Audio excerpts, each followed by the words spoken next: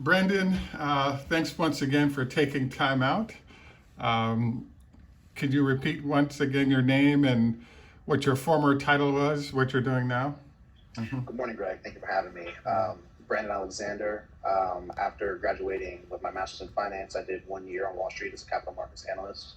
After breaking away from that in June, I transitioned to start my own investment fund, and as well, I'm doing investment consulting, trying to help small cap businesses raise capital.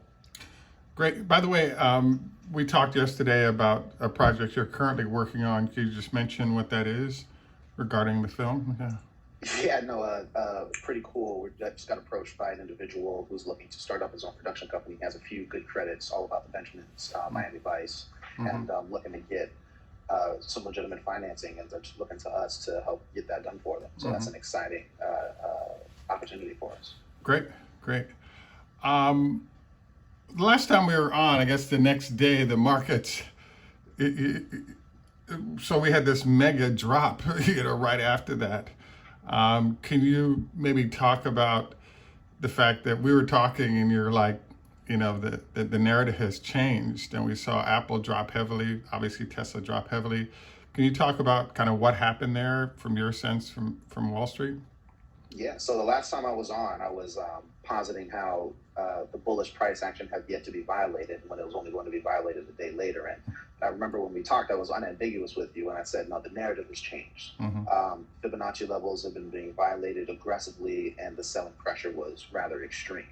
And now you're in a situation where the competing narratives are quite simply, is there more selling to go, or are we done? And from where I sit, the technical correction has been so textbook that I am forced to say that the prevailing narrative is that the bulls still have control of this market. Now, why do I say that?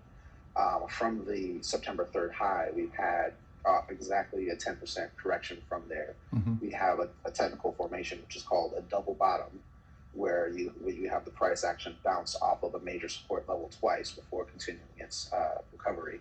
And if you were to measure from the rally from the beginning of August, that double bottom came exactly on the 61.8 retracement level on Fibonacci. So a major support zone that many traders watch was held and was defended in the face of all this buying pressure. Now, I think the biggest risk to that outlook is the thing that I've noticed over the past couple of weeks while the sell-off was ensuing is the narrative changed a bit from this is a technical correction to a fundamental deterioration in the economic outlook because of the anticipated fiscal support being taken back, the fiscal support being taken back, and the resurgence of the virus actually is rearing its head in a way that investors hadn't priced in previously. So where does the market go from here remains to be seen. The undercurrents of more narratives that I'm familiar with are, some people would like to make the argument that the stimulus that we already received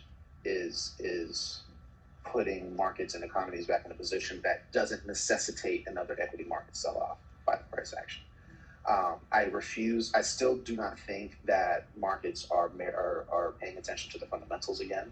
I think we're still in a market environment that is divorced from fundamentals, and so it's because of that I'm looking for bulls to take control of this market again on the S&P. And I'd also add,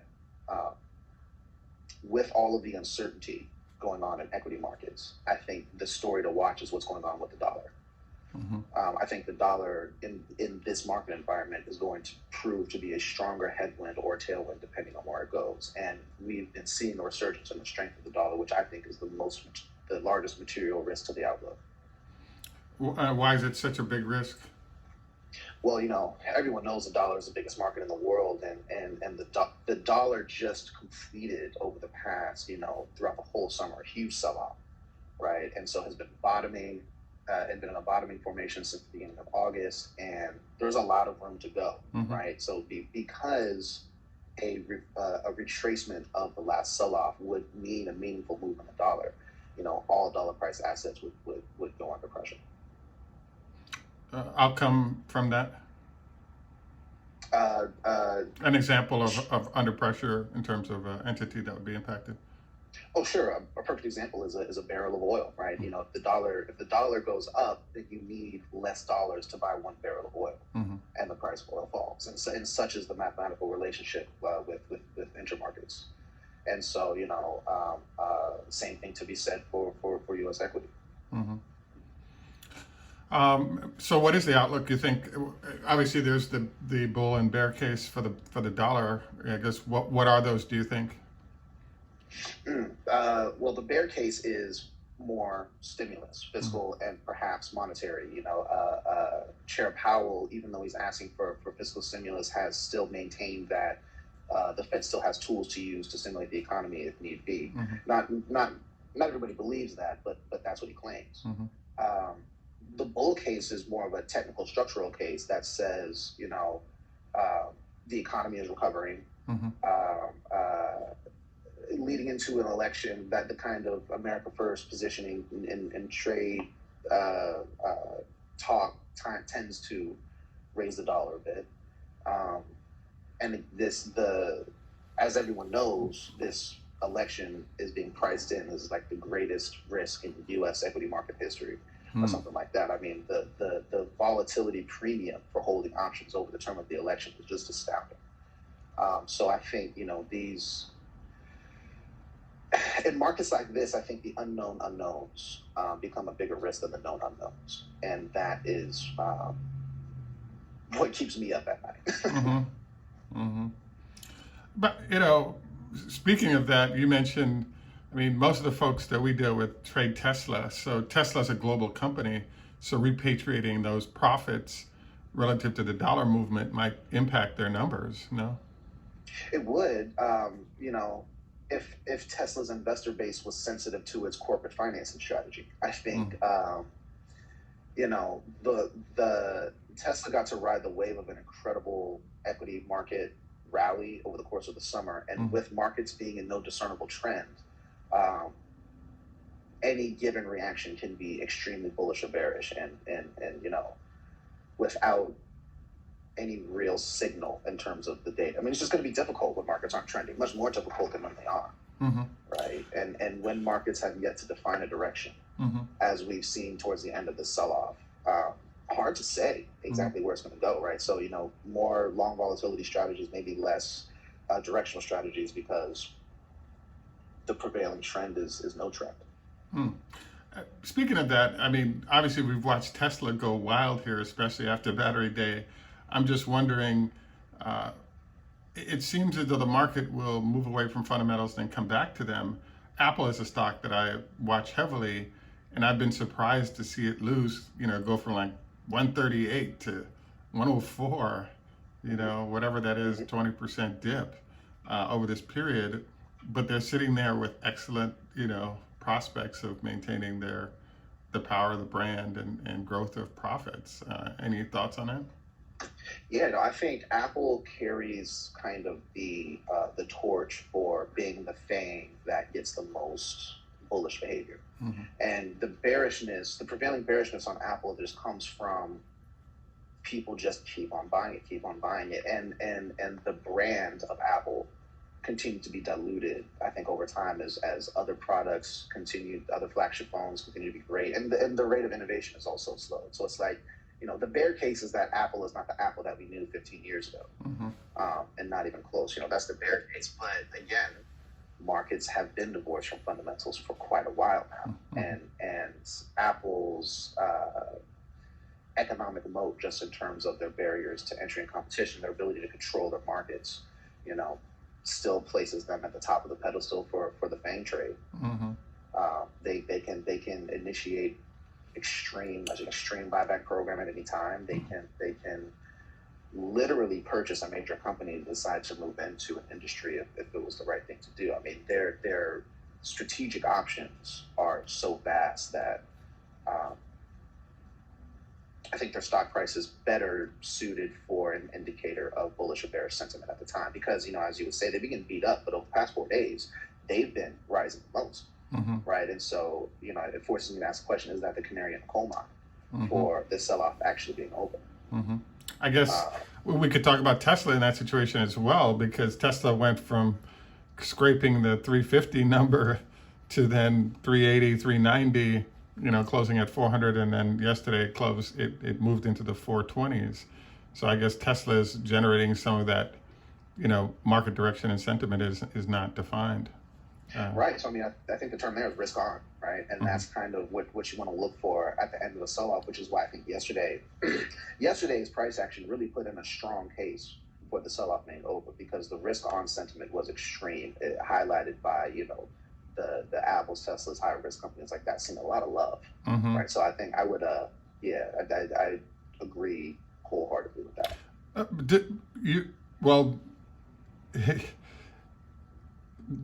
Define or define before using your risk on analysis in terms of what that means. Sure. I mean, in the same way that tech companies are less fundamentally economically sensitive and more have higher, the category of investable companies with higher PEs relative are categorized or put in the high risk category and are treated differently by investors on a day-to-day basis and traders on a day-to-day basis. Low PE companies, the people that trade those just behave differently, and when the algorithms can jump back and forth based on prevailing market sentiment. And so when you're trying to read the tea leaves, as it were, in markets, you want to look at, okay, well, how are people behaving, right? What is the rotation, right? Are low PE companies outperforming high PE companies or not? And that's part of the interesting things you see in the rotation with the sell-off. Is during the sell-off, what was happening was low PE companies were falling not as much as high PE companies, right? And just that kind of rotation into more economically sensitive stocks is risk off, right? It's people ratcheting back their high risk exposure in their portfolio. And since a majority of funds out there are long only, right, they're not gonna start shorting, they're just going to go long something else. And I think that's kind of a bit of what explains that. What else do they go long in if, I guess they're looking for what to go, utilities, REITs, really, oil, the BPs, the Chevrons, the biggest U.S. companies that are least likely to go bankrupt. I guess you would call them the systemically important institutions outside of finance. These kinds of things that just too big to fail the PG&Es. Those guys. I mean, that's as low risk as it gets. If you have to be in the equity markets. October's often been when big crashes occur, and given the uncertainty we're seeing, is that on the table, given that there's no real direction? Well, it's on the table. I think the question that needs to be asked is, will the Treasury and the Fed allow that to happen? And I think that is where you're going to see some serious action. I mean, it would be really interesting to see how the administration would react to a serious market event in October. Because again, I think you're right. It's definitely on the table, but I don't think it would last for very long. Because of the amount of money they'll throw at it? Yeah, no, I think they would scramble with their heads. No, I think the polarization and decision making coming up this next month is going to be a whirlwind, and the last thing anyone wants to accept or deal with is an equity market sell off leading up to this election, with all the problems that this election already has. So it remains to be seen. Wow. Any horizon? Well, given your review just now of the retracement at the 10%, where are we with those charts from your sense right now? Well, if I can just measure. What are you looking at, by the way? I'm looking at the S&P futures, actually, the S&P even futures.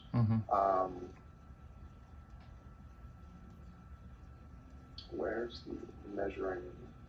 Oh, here it is. So what time is it? Because obviously it's futures in action prior to open market.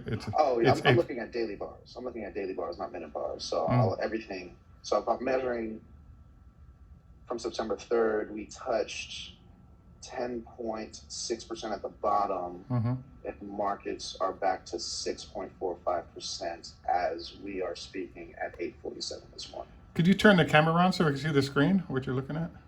Sure. Just a bit of my, I use Trading View. So this is the tool. You can't see it too well because it's on my phone, but that's the tool. And what software are you using for your S&P look? So for my charting, I use Trading View. It's a web-based charting platform. But for my actual trading, I use Interactive Brokers because the risk management systems are far superior to any other broker that I've used. So they track my portfolio theta, vega, delta, all in real time. And I don't think anyone else does that. It's extremely useful to me. What's their monthly cost? None, but you have to pay for, like your data packages, right? So they hit you with fees when you want real-time options data or real-time NYSE data is another add-on. And, they'll hit you with fees, but I don't think there's any strict operating expenses. Wow. Well, I'm wondering, I guess, I don't know, maybe final thought that comes to mind. I'm wondering, you were talking about the technical drop to 10%, at 10%, I guess, on the S&P, and then we bounced from there. I guess, are we heading back to that, or is the chart sending us north of that again, or where are we in your mind? In my mind, today and tomorrow are going to be some of the biggest tells for the market, right? Because it's when we're at the inflection point of have the bulls taking control of the market again, right? Are fib levels being supported? Are the fib levels from the sell-off being violated, right? And vice versa. And I think that's what I'm going to be watching extremely closely over these next couple of days, is trying to see, right? Because after yesterday's bullish candle, that can always be explained as a statistical anomaly, that's just a bullish day. It's not indicative of the direction of the markets. Well, the day after probably is right. Okay. Are we gonna give back everything that we got yesterday? I really, if the sellers are still in control of the market, that's the kind of price action we would get. Right, we would get the market giving back the serious bullish gains that we gave yesterday, retracting back, and if we continue to rise and be bought off support, that continues to contribute to the narrative of a market recovery, and which is what I'm looking for. Wow. So this is it in terms of finding out. So, I mean, I think we're at a really, really interesting point in markets right now. I mean, super interesting point in markets. And speaking of which, I mean, at least all the futures have been down, but very slightly all morning. I'm just wondering, I guess there's nothing you can tell from that. You just have to see what happens at open. Yeah, so I would interpret that as unchanged completely. Any pre-market move less than 0.5% is easily explained away as noise. Because one thing that struck me during the sell-off is every morning, and the sell-off continued, futures were positive by about 0.5% ish, and every day for the past 3 weeks we would get in and just the market would get its face ripped off. So yeah, no. And it was yesterday actually that I remember seeing the S&P futures were up 1.25% when I got up that morning, and then we had a big green day. So yeah, no, little moves like that in the free market, I think are noise. Just can be ignored. Do you think that the drop that we were experiencing prior to yesterday sort of wrung out a lot of folks, and now we're ready to see what's going to happen? And it seems like we're at the low point still, primarily in terms of a recovery of what's been going on. You know what I mean? Yeah, I mean the economic recovery is slowing, and again, we have the narratives about how the market is in the economy and all of that, but we could be getting faked out, right? This could be a short squeeze, right? Where, after seeing a week of buying, the selling continues. Now, I don't think that's necessarily going to be the case, but you can't put it off the table.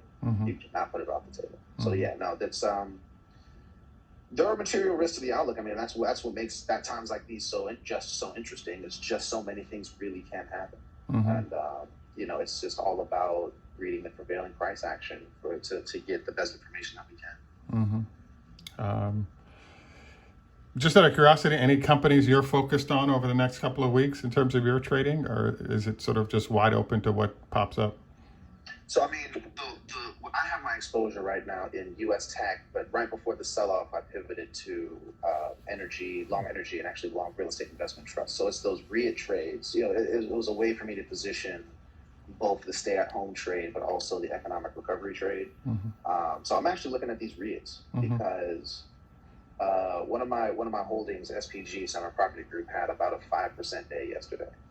Right? So it's that kind of bullish risk on kind of sentiment that is going to be telling for me, because that's an economically sensitive stock. So, By the way, I was really impressed to see Simon Property Group actually look to join with someone else to save J.C. Penney. Yeah, that's interesting, right? That's not sure what to say about that, but I do think they're a good way to play the economic recovery trade leading up to the election. Simply because, since we're being specific, simply because of how much they've been beat up. If you look at their stock price over this, the course of this year, they've been murdered so ruthlessly and viciously. It's like the downside risk is much less material than it would be otherwise. Wow. They can't go much lower, basically. Really? Where are they at right now?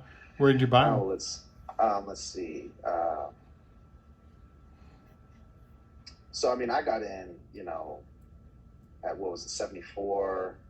Right now they're hanging out at 65. But if you want to look back at May, they were at 180. Wow. Right. So they've gotten absolutely destroyed. No, I'm sorry.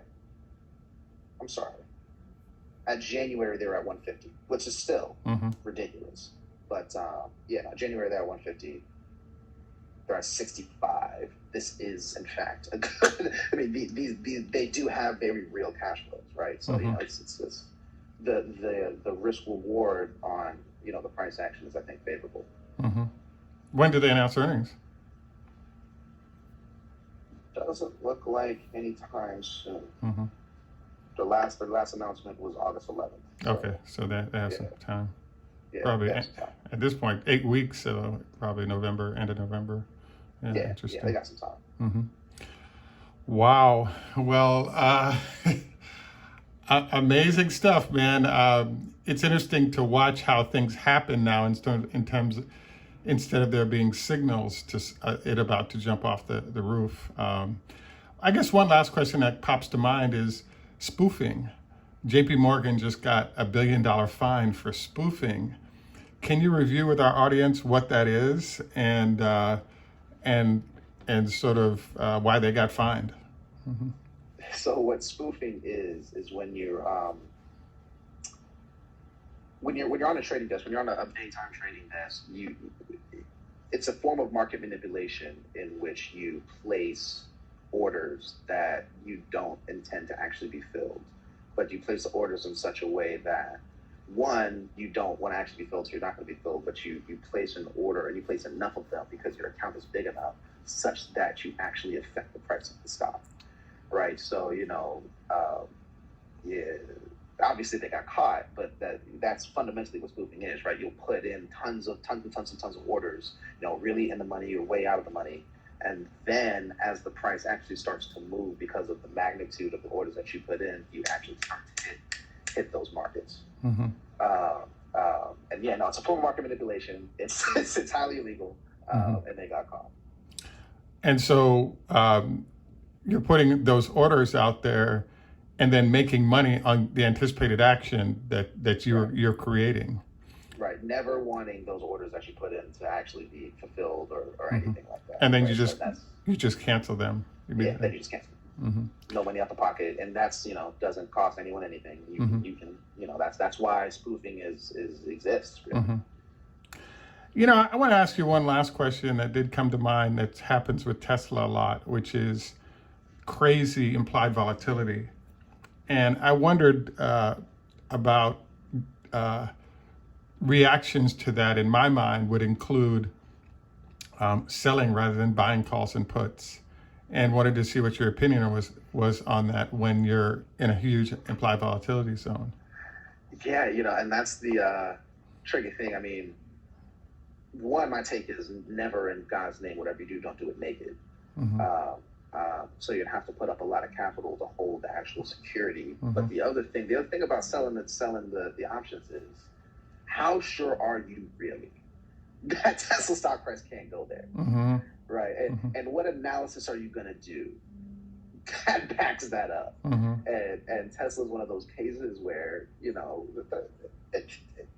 there is a reasonable analysis that fits for almost every stock price for Tesla. Mm-hmm. Right. There is an analysis that makes sense, that justifies price ranges across the spectrum. Mm-hmm. So to say, based on whatever XYZ analysis, that you don't think their price is going to leave kind of a certain trading band, it's like, that's a bold bet, man. I mean, and that's bold. You know what I mean? I see something like that, right? Something boring, because you could easily get hit and assigned on your option rights with Tesla, just in a snap. So that's the kind of thing that would have me not sleeping at night. Wow, yeah, interesting. But yeah, I mean, some of the implied volatility premiums are amazing as we head towards their earnings and other activities. In fact, usually they announce car sales 3 days afterwards. So we're heading to an implied volatility event. So they close out on the 30th. So by Friday, Monday at the latest, we'll have the numbers for the quarter. And that tends to drive the stock all over creation as a result. Yeah. No, I mean, since we're on the topic, I think the game with Tesla, as it's being played on the highest level, has to do with, especially as it relates to these earnings announcements and sales numbers. The guys that are blaming Tesla are the guys with the access to the alternative data, who are tracking, via satellite imagery, the cars coming out of the factories and actually tracking those themselves and crunching the numbers to come up with their own, with based on observations what they expect to be, and then they make the trades based off that. I mean, so if you can plug yourself into those alternative data sources, I think that would be a great way to glean more information. That's a type of analysis that I think could yield a lot of signal. Really kind of mean a lot. Yeah, I mean, so that's the way I think people are really playing the Tesla situation. Yeah, because those numbers will cause an explosion up or down. Exactly. And so if you can get an edge, by putting together, sets of alternative data, there's a lot of money to be made there. So you better believe somebody's doing it. You better believe it's not nobody. How about that? I guarantee you more people than no one is doing that. I hadn't thought of the satellite imagery strategy. That's pretty good. I thought they would just have somebody sitting at the end of the driveway for the vehicles and just knocking it out that way. Yeah, and counting it's the satellite imagery strategy is easier to use with grocery stores and supermarkets, because you can use how full the parking lot is every day, and then relative to how it should be, and then you can say, okay, well, the people that live in this area have a median income of XYZ, and they spend about this much when they go to the grocery store, and then you have eventually a mock quarterly and sales number for Walmart or wherever, and there's no reason why you couldn't do that for Tesla as well. Wow, that's interesting. Because they're pushing a lot of cars out of China and are now starting to export to Europe because they just they're moving or producing so many vehicles. So and that's the beauty of data mining and data analytics, is it unlocks all of those possibilities. Interesting. Yeah, that's the new way of trading. Very useful. Better information, obviously, at all times, makes you more effective in your process. Yeah, obviously you're not a Tesla focused trader or investor. Any gut feel for Battery Day or what that might have meant to Tesla? Any opinion there? You know what? I thought that the reaction off of Battery Day was going to be more bullish than it was. Now, you could always. It's not hard for me to imagine Tesla found themselves in a situation where the expectations were just so high there was nothing they could do to meet those expectations. And it's a bit of a catch-22 when you're in that situation, because what are you going to do? But the things that I've actually heard in terms of long-term strategic initiatives from Battery Day, I think are bullish. I think they're smart things to do. I think it's important for them to be doing that. You know, something that I heard that I thought was interesting in terms of long-term corporate strategy for Tesla is someone made a joke. They're like, you know, let's say that the real plot twist is that, you know, in the future, Tesla is the energy company and SpaceX is the transportation company, right? And if you look at the current moves that are being made, that kind of supports that narrative. I mean, you know, Elon Musk really going hard on the batteries, and the integration with Solar City happened many years ago. But I mean, these pieces and components exist. I mean, Tesla is starting to stretch its legs closer to its long-term strategy, which I think is a great thing to be done, you know. But yeah, no, tough to make your rabid fans happy all the time. That's true. Yeah, that's a very, he hyped. I mean, it was funny listening to you because Elon hyped the whole thing up so much that his hype was part of the reason why that thing, you know, pushed up around it. So probably shot himself in the foot a bit, but I can also imagine he's feeling pretty untouchable based on, you know, how his companies have been doing this year. I have a trade you might want to consider looking at, which is Nikola. According to what I just read, the Nikola short. Yeah, GM is going to announce if they're going to let the deal close, and that's supposed to happen by the 30th. So this could be a very, if GM says we're out, I think the stock craters. Okay, well, thank you. Yeah. We'll have to see what becomes of that. Yeah, this is going to be a very interesting 48 hours because part of the problem is you can't affiliate with a company that's going to have huge SEC problems because those problems roll to you as well. So if problems are your problems. Right. And so if GM wants the SEC climbing through their documents, stay in a deal with them. If you don't, you just cut ties because they don't gain a lot anyway. Yeah. So I mean, I think you're right, and that would be let's talk offline about that. Yeah, that sounds good. Well, it was definitely great. Appreciate the time. We look forward to, we're definitely sending you a check here as we see what the response is, audience, and we look forward to our next chat. Thanks again. Have a great day, and we'll look forward to it. All right. Yeah, looking forward to coming back. Have a good one.